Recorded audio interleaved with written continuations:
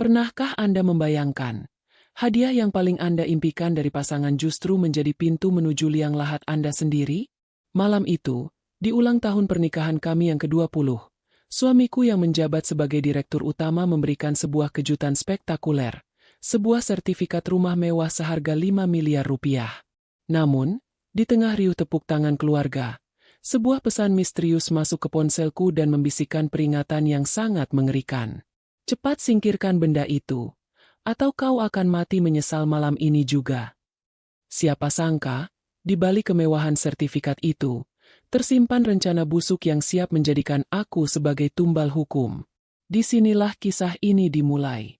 Sebuah drama tentang pengkhianatan yang tak masuk akal, keserakahan seorang adik ipar bernama Joko Pitono, dan bagaimana sebuah keputusan kecil untuk memberikan harta tersebut justru menjadi awal dari karma yang sangat pedih bagi mereka yang berkhianat.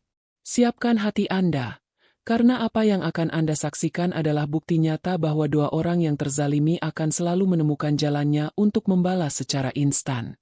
Mari kita simak bersama, bagaimana kejujuran seorang istri bernama Sri Mulyani meruntuhkan keangkuhan para penguasa harta yang telah kehilangan nurani.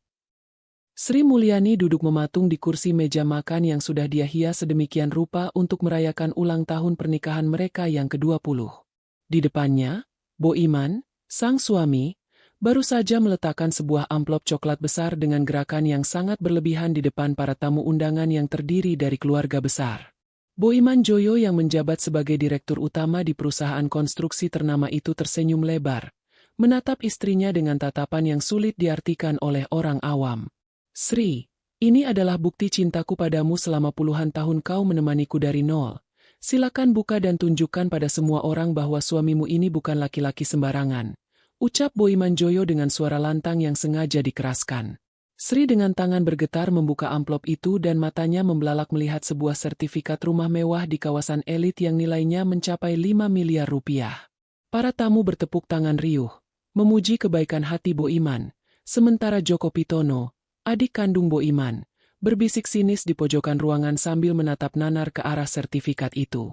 Namun, kebahagiaan Sri Mulyani mendadak sirna ketika ponselnya bergetar di dalam saku gamisnya, menampilkan sebuah pesan dari nomor tidak dikenal. Pesan itu hanya terdiri dari satu kalimat pendek namun sangat mencekam yang berbunyi cepat singkirkan benda itu dari tanganmu atau kau akan mati menyesal malam ini juga. Sri Mulyani berusaha tetap tenang meski jantungnya berdegup kencang seperti ingin melompat keluar dari dadanya. Dia menatap suaminya yang sedang tertawa bangga sambil bersulang dengan para relasi bisnisnya yang juga hadir di sana. Bo Iman Joyo terlihat sangat gagah dengan setelan jas mahalnya. Namun entah mengapa, Sri merasakan ada hawa dingin yang menjalar dari sertifikat yang masih dia pegang erat itu. Dia kemudian melirik ke arah Joko Pitono yang sejak tadi tidak berhenti menatap sertifikat itu dengan mata penuh nafsu dan iri hati. Joko mendekat ke arah Sri. Lalu dengan suara yang dibuat seolah-olah perhatian dia mulai berbicara dengan nada yang tajam. Bu Sri, selamat ya. Mas Bo Iman Joyo memang luar biasa. Tapi apa ibu yakin bisa mengelola aset sebesar ini tanpa bantuan orang yang mengerti bisnis? Tanya Joko dengan senyum miring yang menghina. Sri hanya tersenyum tipis. Dia tahu betul bahwa adik iparnya ini selalu mengincar harta kakaknya sejak lama. Joko terus merongrong dengan kalimat-kalimat yang merendahkan pendidikan Sri yang hanya lulusan SMA, menyebut bahwa sertifikat itu hanya akan menjadi sampah jika dipegang oleh wanita yang hanya tahu urusan dapur. Bo Iman Joyo yang melihat percakapan itu justru mendekat dan bukannya membela istrinya. Dia malah ikut memanaskan suasana. Benar kata Joko, Sri, kamu itu tidak paham urusan legalitas.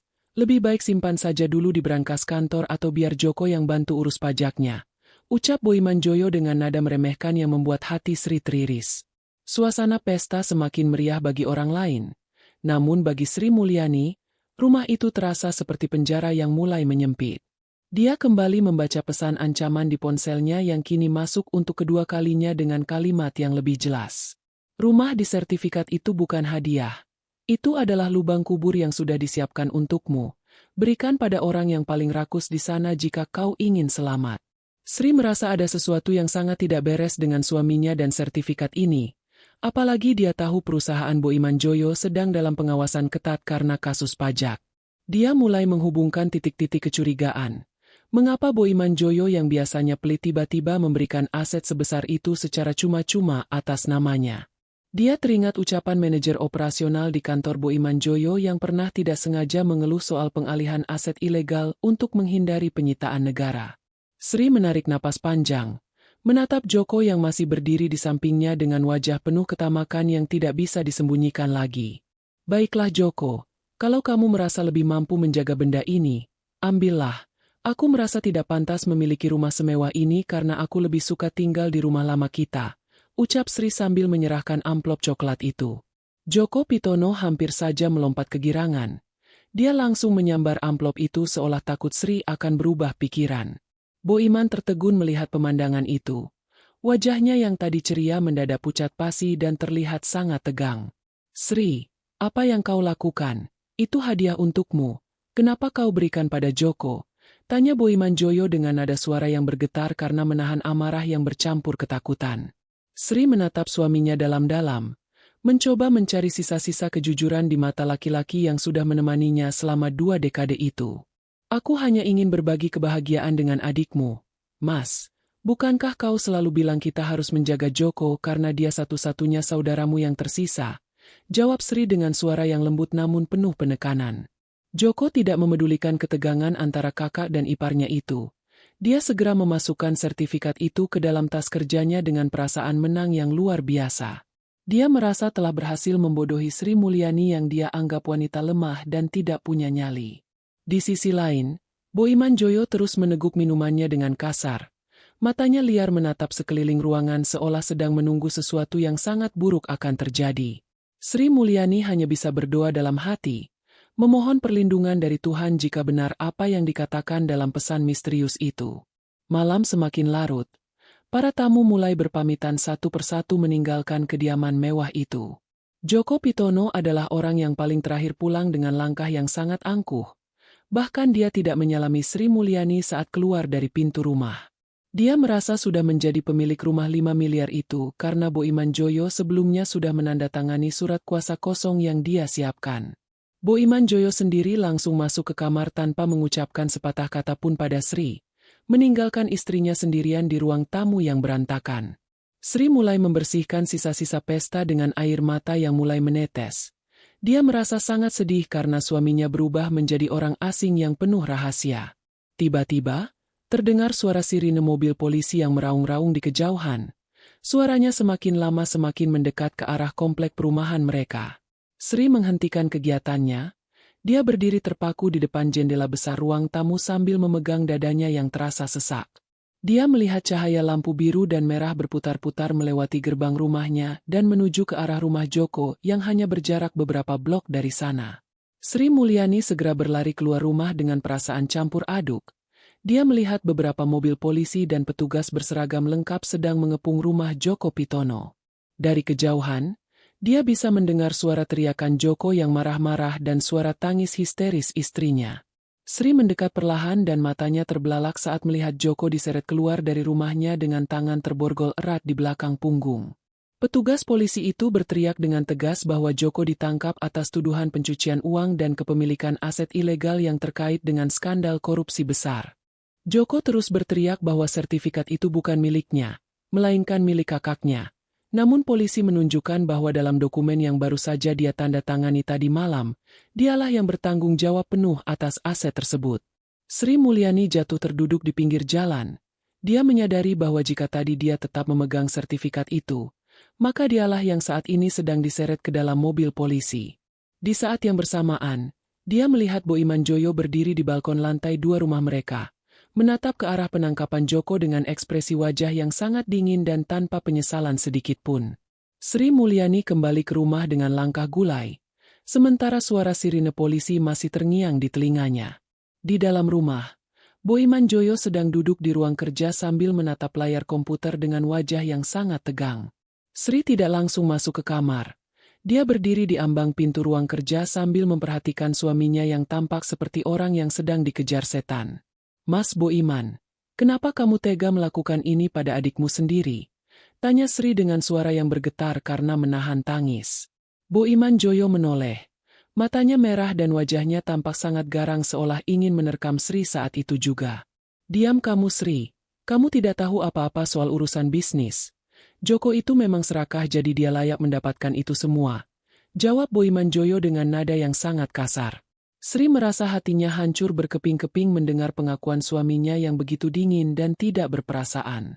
Dia menyadari bahwa suaminya bukan lagi pria lembut yang dulu menikahinya di kampung, melainkan seorang direktur utama yang telah kehilangan nurani demi menyelamatkan diri sendiri dari jeratan hukum. Suasana rumah yang biasanya hangat kini berubah menjadi sangat mencekam, seolah ada dinding es yang memisahkan antara Sri dan Boiman. Keesokan harinya, berita tentang penangkapan Joko Pitono langsung meledak di berbagai media massa sebagai skandal pencucian uang terbesar tahun ini. Manajer keuangan di perusahaan Boiman Joyo datang ke rumah dengan tergesa-gesa, membawa tumpukan dokumen yang harus segera ditandatangani oleh Boiman. Sri melihat dari kejauhan bagaimana suaminya mencoba memindahkan sisa asetnya yang lain ke rekening-rekening rahasia, agar tidak ikut disita oleh negara. Sri Mulyani merasa tidak bisa lagi tinggal dia melihat kejahatan yang terjadi di depan matanya sendiri. Dia teringat pesan misterius itu dan mencoba menghubungi kembali nomor tersebut. Namun nomor itu sudah tidak aktif lagi secara permanen. Rasa takut menyelimuti hatinya. Namun rasa ingin tahu tentang siapa pengirim pesan itu justru semakin menguat di dalam pikirannya. Ibu mertua Sri, yaitu Ibu Hartati, datang ke rumah sambil menangis histeris menuntut penjelasan mengapa Joko bisa ditangkap polisi. Ibu Hartati langsung menunjuk-nunjuk wajah Sri Mulyani dan menuduhnya sebagai penyebab kesialan yang menimpa anak bungsunya itu. Ini semua pasti gara-gara kamu Sri. Kamu sengaja memberikan sertifikat itu pada Joko karena kamu ingin mencelakainya. Teriak Ibu Hartati dengan suara yang melengking. Boiman Joyo hanya diam mematung. Dia tidak membela istrinya sedikit pun dan malah membiarkan ibunya terus mencaci maki Sri di depan para asisten rumah tangga. Sri Mulyani hanya bisa menunduk sambil mengusap air matanya. Dia merasa sangat terhina diperlakukan seperti itu di rumahnya sendiri. Dia ingin bicara jujur tentang niat busuk Boiman. Namun dia tahu tidak akan ada yang percaya padanya jika tidak ada bukti yang sangat kuat. Ibu Hartati terus mengumpat, menyebut Sri sebagai menantu pembawa sial yang hanya tahu menghabiskan uang hasil kerja keras Boiman Joyo selama ini. Puncak ketegangan terjadi saat sore hari ketika seorang pengacara datang membawa surat gugatan cerai yang sudah disiapkan oleh Boiman. Boiman Joyo menatap Sri dengan pandangan meremehkan, seolah Sri adalah sampah yang harus segera disingkirkan dari hidupnya. Sri, karena kau sudah memberikan hadiah itu pada Joko dan menyebabkan kekacauan ini, aku rasa kita sudah tidak bisa lagi sejalan, ucap Boiman Joyo sambil melemparkan surat itu ke meja. Sri terkejut. Dia tidak menyangka suaminya akan secepat itu membuangnya setelah semua pengorbanan yang dia lakukan. Kau ingin menceraikanku hanya karena aku memberikan rumah itu pada Joko, atau karena kau takut aku akan membongkar semua kejahatanmu di perusahaan? Tanya Sri dengan keberanian yang tiba-tiba muncul. Boiman Joyo tertawa meremehkan. Dia merasa posisi hukumnya sudah sangat aman karena semua bukti fisik mengarah pada Joko dan beberapa manajer bawahan yang sudah dia suap. Sri Mulyani mengambil pena, namun bukannya menandatangani surat itu, dia justru merobeknya menjadi potongan-potongan kecil di depan wajah Boiman. Keberanian Sri membuat Boiman Joyo murka. Dia hampir saja melayangkan tangan ke wajah istrinya jika tidak ada ketukan keras di pintu depan rumah mereka.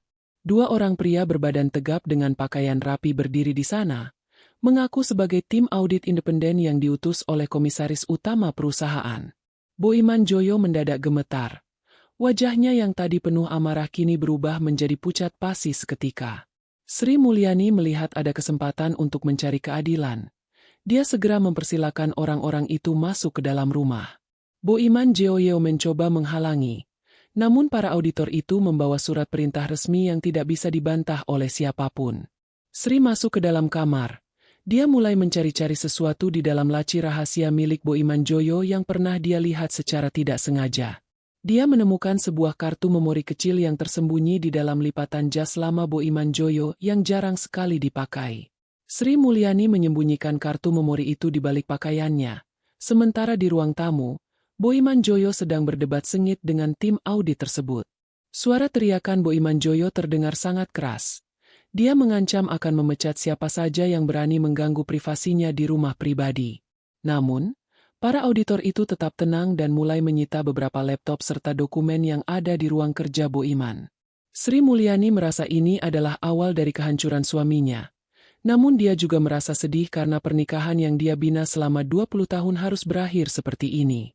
Dia berjalan menuju dapur untuk mengambil air minum. Namun tangannya bergetar hebat saat melihat bayangan seseorang berdiri di balik pintu belakang rumahnya.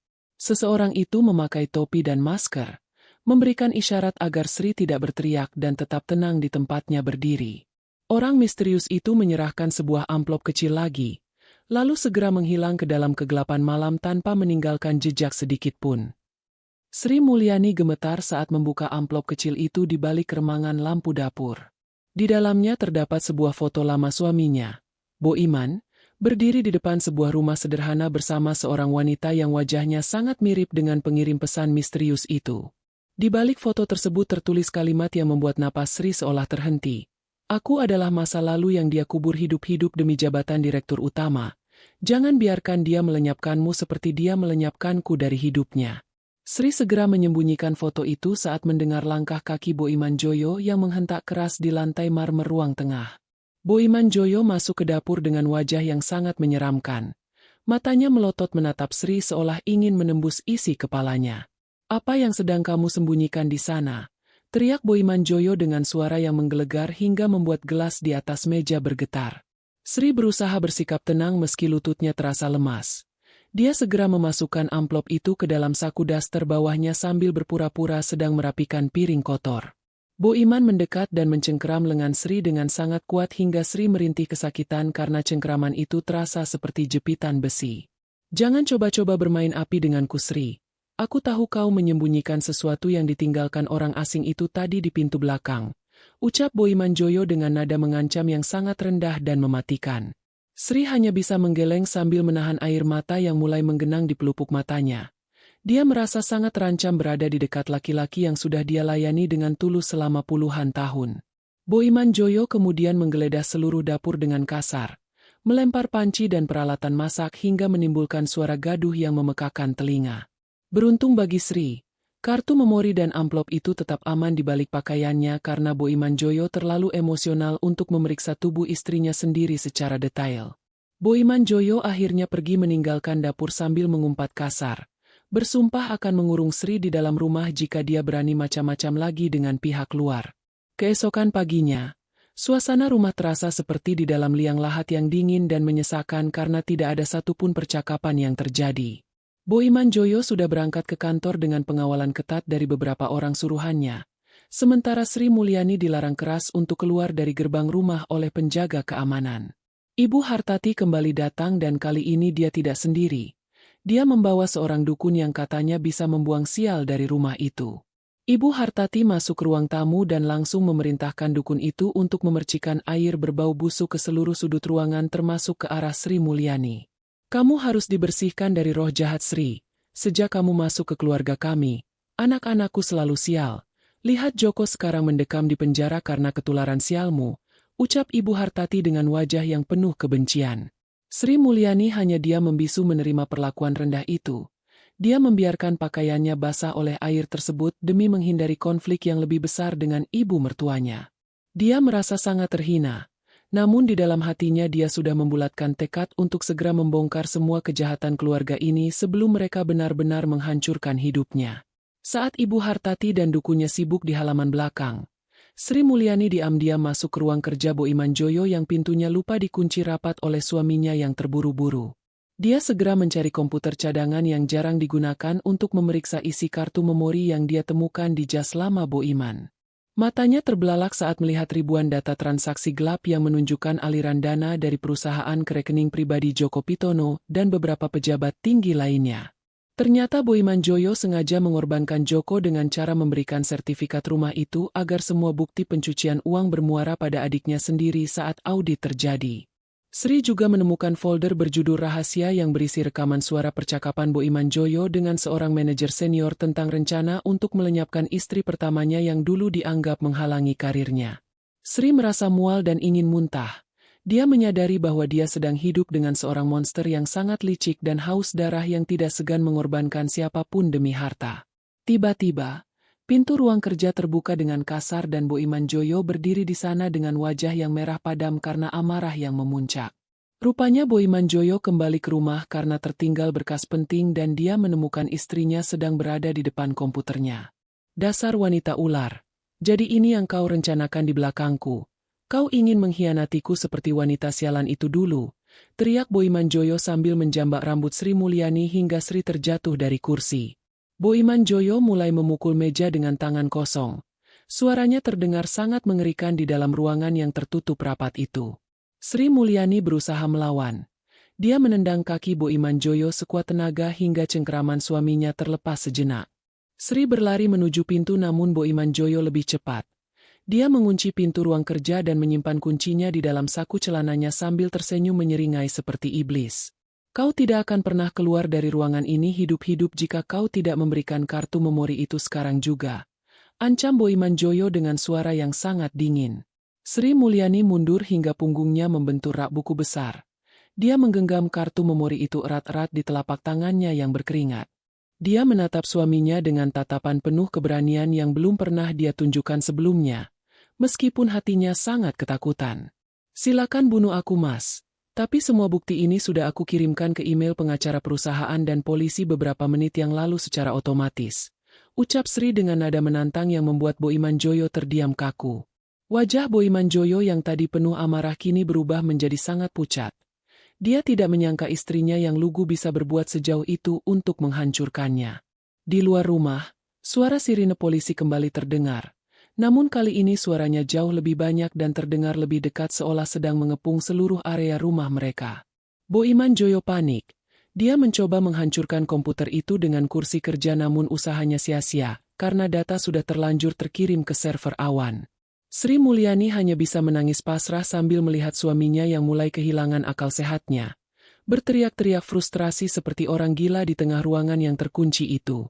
Boy Manjoyo panik dan mulai menggedor-gedor pintu ruang kerjanya sendiri dari dalam, berusaha mencari jalan keluar sebelum polisi mendobrak masuk. Sri Mulyani hanya bisa terisak di pojokan, menatap laki-laki yang selama ini dia agungkan namun ternyata memiliki hati yang lebih busuk dari bangkai. Terdengar suara benturan keras dari arah pintu depan, diikuti teriakan tegas petugas kepolisian yang memerintahkan semua orang di dalam rumah untuk tidak bergerak. Boy Manjoyo yang sudah kalap mencoba meraih leher Sri untuk menjadikannya sandera. Namun tenaga Sri yang didorong oleh rasa bertahan hidup membuatnya mampu menghindar hingga Boy Manjoyo tersungkur menabrak lemari kaca. Lemari itu pecah berkeping-keping, melukai tangan Boy Manjoyo yang selama ini hanya tahu memerintah dan menindas bawahan serta istrinya sendiri. Polisi akhirnya berhasil mendobrak pintu ruang kerja.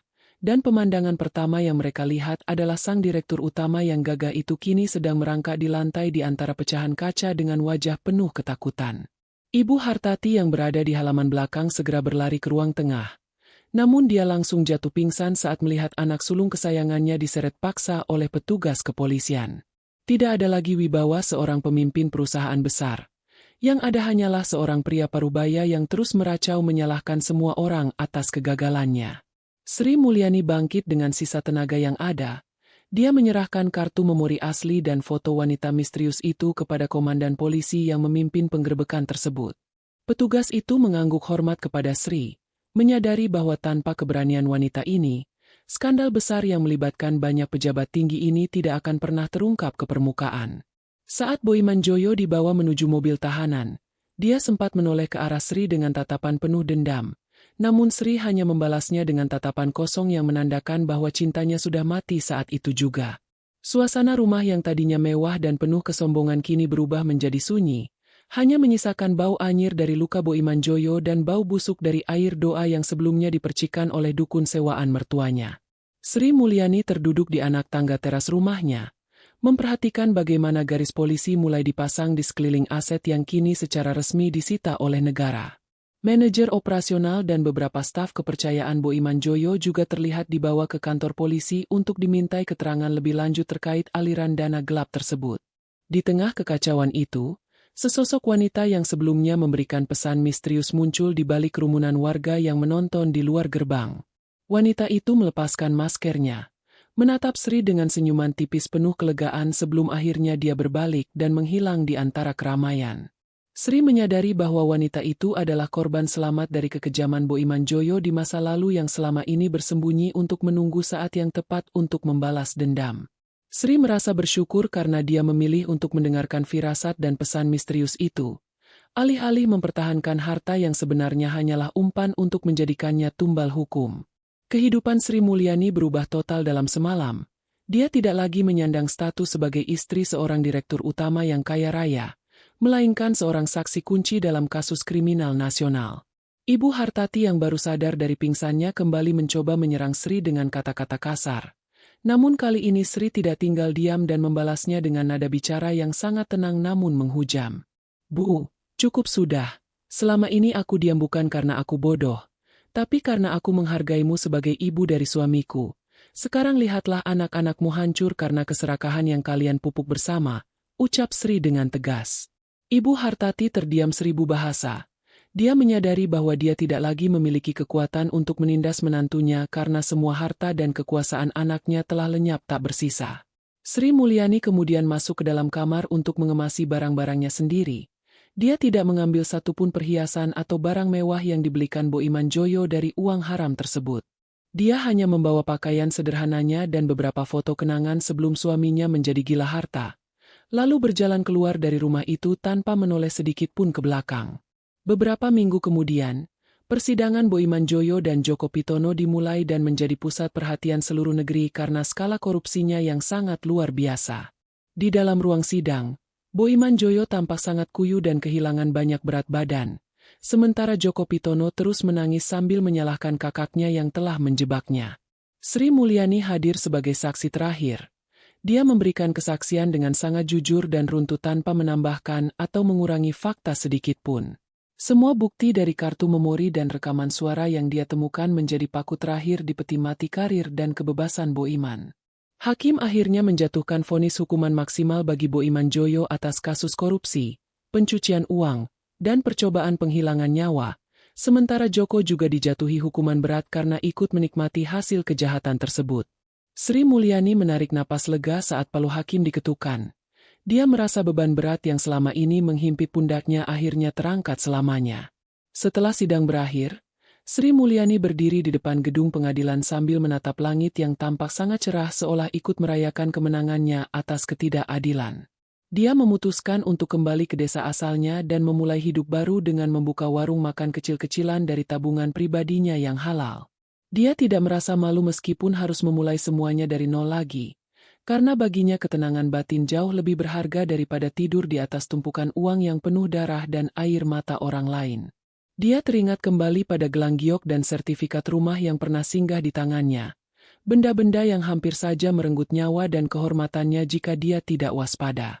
Sri Mulyani tersenyum tipis saat melihat sebuah mobil jemputan sederhana yang akan membawanya pulang ke kampung halaman, meninggalkan semua kenangan pahit di kota besar yang penuh kepalsuan ini. Dia melangkah dengan penuh keyakinan, menyadari bahwa setiap perbuatan jahat pasti akan menemukan karmanya sendiri dan kebaikan yang tulus akan selalu menemukan jalannya untuk selamat. Sri Mulyani menatap jendela bus yang membawanya semakin jauh dari hiruk-pikuk kota yang telah menghancurkan martabat keluarganya. Di dalam tas kumalnya, terselip surat putusan pengadilan yang menyatakan dia resmi bercerai dan bersih dari segala tuntutan hukum yang menjerat Boiman Joyo serta Joko Pitono. Kabar terakhir yang dia dengar, seluruh aset kekayaan suaminya telah disita tanpa sisa, termasuk rumah mewah yang menjadi rebutan itu. Ibu Hartati kini dikabarkan hidup menumpang di rumah kerabat jauh di desa dalam keadaan sakit-sakitan karena depresi melihat kedua putra kesayangannya mendekam di balik jeruji besi. Sri merasa iba. Namun dia sadar bahwa ini adalah konsekuensi dari sikap memanjakan anak dengan cara yang salah dan membiarkan keserakahan tumbuh subur di dalam rumah mereka. Tidak ada lagi panggilan ibu yang diucapkan dengan nada menghina. Kini yang ada hanyalah Sri Mulyani, seorang wanita mandiri yang merdeka dari segala bentuk penindasan mental. Sesampainya di kampung halaman, Sri disambut oleh udara pegunungan yang segar dan senyuman tulus dari para tetangga lama yang mengenalnya sebagai pribadi yang santun. Dia mulai menata hidup dengan membuka sebuah warung makan sederhana di depan rumah peninggalan orang tuanya yang sempat terbengkalai. Tidak ada lagi manajer yang sibuk mengatur jadwal atau asisten rumah tangga yang berlalu lalang. Hanya ada Sri dan kesibukan barunya melayani pembeli dengan tangannya sendiri. Menariknya, warung makan Sri menjadi sangat ramai bukan karena kemewahan menunya, melainkan karena kedamaian yang terpancar dari wajah sang pemilik. Banyak orang yang datang hanya untuk mendengarkan nasihat bijaknya tentang bagaimana menghadapi ujian hidup dengan kesabaran yang luar biasa. Sri Mulyani menyadari bahwa harta yang paling mewah bukanlah perhiasan seharga ratusan juta atau sertifikat tanah di lokasi elit, melainkan kemampuan untuk tidur nyenyak tanpa rasa takut akan hari esok. Suatu sore, seorang pria parubaya yang terlihat seperti orang kantoran mampir ke warungnya dan memberikan sebuah surat titipan dari seseorang di kota. Sri membukanya dan tertegun melihat secari kertas berisi ucapan terima kasih dari wanita misterius yang dulu memberinya peringatan melalui pesan singkat. Wanita itu menuliskan bahwa dia kini telah memulai hidup baru di luar negeri dan merasa tenang karena keadilan bagi masa lalunya telah ditegakkan melalui keberanian Sri. Sri tersenyum haru. Dia tidak pernah menyangka bahwa pilihannya untuk melepaskan harta haram itu justru menjadi pembuka jalan keselamatan bagi banyak orang. Boiman Joyo di dalam penjara dikabarkan sering berteriak ketakutan karena merasa dihantui oleh bayangan-bayangan masa lalunya sendiri yang mulai muncul di balik tembok sel yang dingin. Itulah puncak dari segala karma. Saat seseorang tidak lagi memiliki tempat untuk lari dari kesalahan yang pernah dia perbuat sepanjang hidupnya.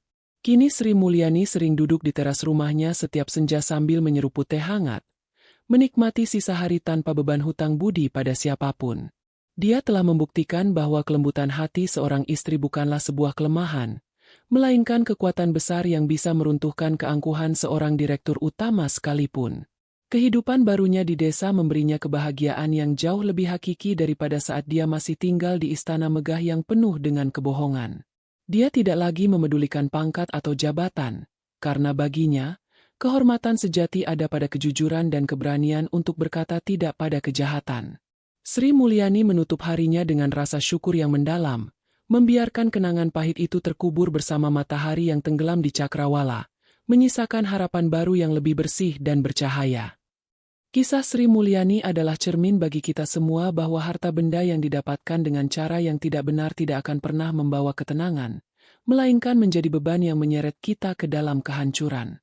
Keserakahan Boiman Joyo dan Joko Pitono serta sikap pilih kasih Ibu Hartati berakhir pada kemiskinan dan penyesalan di balik jeruji besi.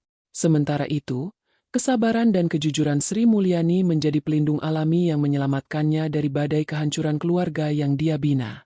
Kejujuran sejati merupakan perisai paling kokoh yang dapat melindungi seseorang dari berbagai bentuk konspirasi dan pengkhianatan yang paling licik sekalipun. Melalui kisah ini kita diajarkan bahwa harta benda yang diperoleh melalui jalan yang tidak benar, atau hasil dari kejahatan tidak akan pernah memberikan ketenangan batin melainkan hanya akan menjadi beban berat yang menyeret pemiliknya menuju kehancuran yang menyakitkan. Keserakahan yang tidak terkendali terbukti dapat membutakan logika dan nurani hingga seseorang tega mengorbankan keluarga dan orang terdekatnya demi menyelamatkan diri sendiri, namun pada akhirnya hukum tabur tuai akan selalu bekerja dengan cara yang tidak terduga. Kita juga diingatkan untuk selalu peka terhadap intuisi dan peringatan yang muncul dalam hidup, karena seringkali itu merupakan cara Tuhan untuk menyelamatkan kita dari musibah yang sedang mengintai di depan mata. Kesabaran dan ketulusan hati bukanlah sebuah bentuk kelemahan melainkan kekuatan spiritual yang mampu memberikan kemenangan akhir yang bermartabat, sementara kesombongan atas jabatan dan kekuasaan hanyalah fata morgana yang akan sirna saat keadilan ditegakkan. Hidup dalam kesederhanaan yang jujur jauh lebih berharga dan memberikan kedamaian hakiki daripada bergelimang kemewahan yang dibangun di atas penderitaan dan air mata orang lain. Karena pada akhirnya kedamaian tidur di malam hari adalah kekayaan yang tidak bisa dibeli dengan uang haram sebanyak apapun. Menurut Anda, apakah Sri Mulyani terlalu baik karena memberikan sertifikat itu kepada adik iparnya? Ataukah itu strategi paling jenius untuk mengungkap kejahatan suaminya? Apa yang akan Anda lakukan jika menerima hadiah mewah namun mendapatkan pesan misterius yang mengancam nyawa? Silakan tulis pendapat Anda di kolom komentar untuk kita diskusikan bersama.